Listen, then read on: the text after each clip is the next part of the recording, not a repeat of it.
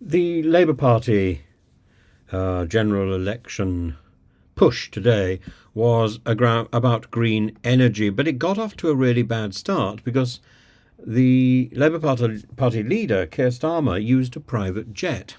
And he was going from Scotland to Wales, from Wales to Scotland, or wherever he was going to.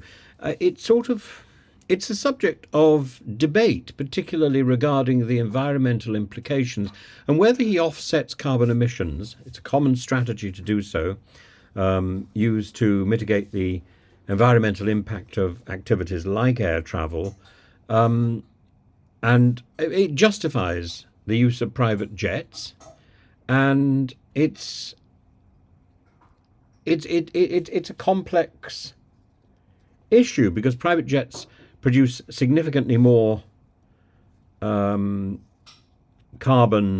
than ordinary air travel. And why exactly do we have to see Keir Starmer in person to hear what he's got to say? It's a sort of arrogant action, even at the beginning of an election campaign, and it sort of smacks of hypocrisy. Launching a green energy program while at the same time using a private jet.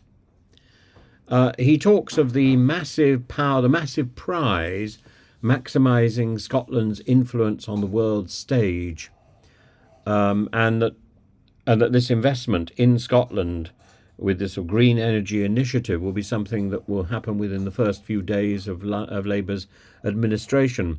It's great, but it's completely undermined by the private jet image, by the private jet jaunt that Starmer took from Scotland to Wales, or from Wales to Scotland. Rishi Sunak, he says, is in the changing room. No, he's not. He's in another private jet. He says, Rishi Sunak's in the changing room. I want to be in the race. Great line. Who wrote it? But and this is the best opportunity. It's the best opportunity for job creation in a generation, and very much endorsed by Ted Miliband, who was at his best. Ted Miliband is a conscientious and earnest and principled individual.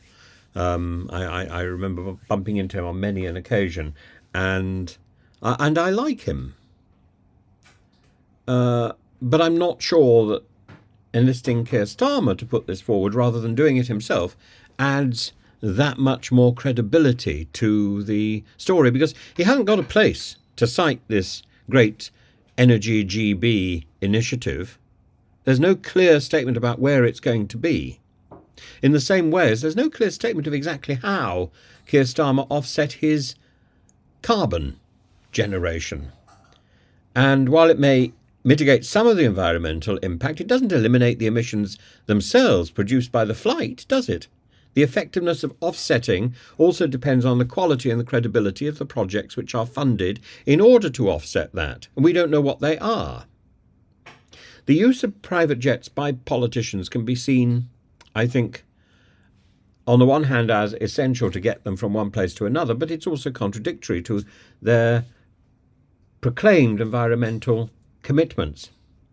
There's a you can't. I was going to use a sort of Gilbertian statement, joyously ejaculate, but that would probably come across in the wrong way. But you can't shout from the rooftops, I'm green, I'm green, I'm green, and be discharging fumes into the atmosphere, can you?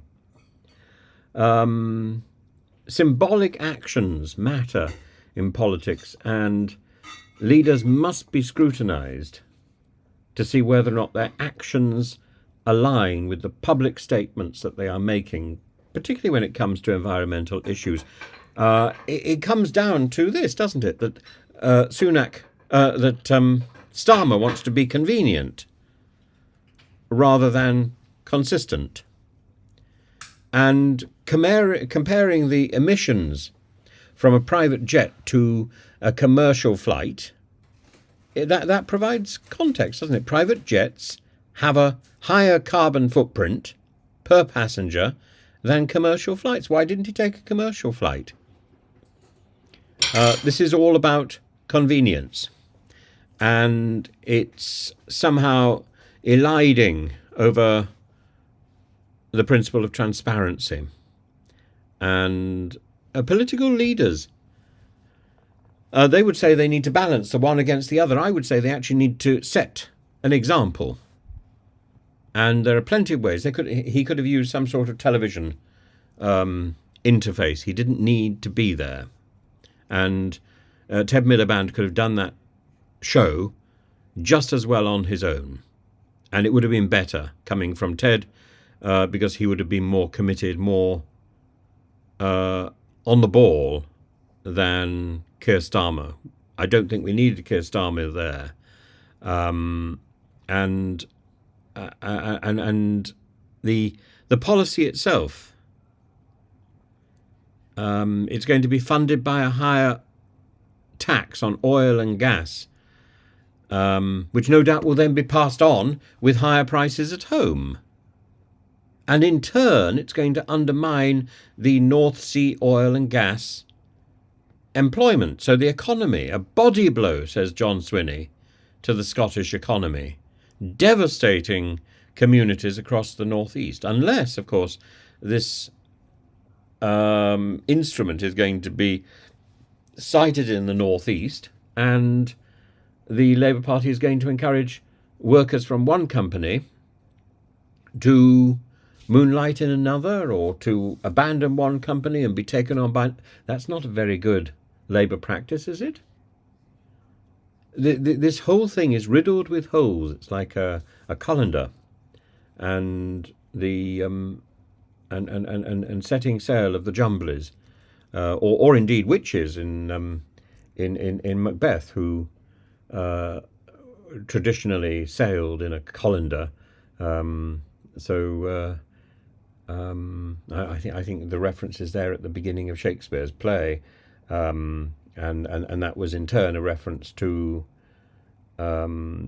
James I of England and James VI of Scotland's experience of trying to get his wife to come over to Scotland, and there was a theory that some witch had put some sort of curse on the boat, and witches, as I say, are supposed to sail in the wind or on the sea in colanders.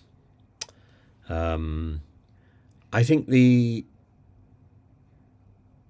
additional problem of trying to balance the books and trying to make sure that we have enough oil and gas to keep going even when we've destroyed our own oil and gas industries. So, the last industries we've really got, we're then going to be importing oil and gas from other people, maybe from Putin.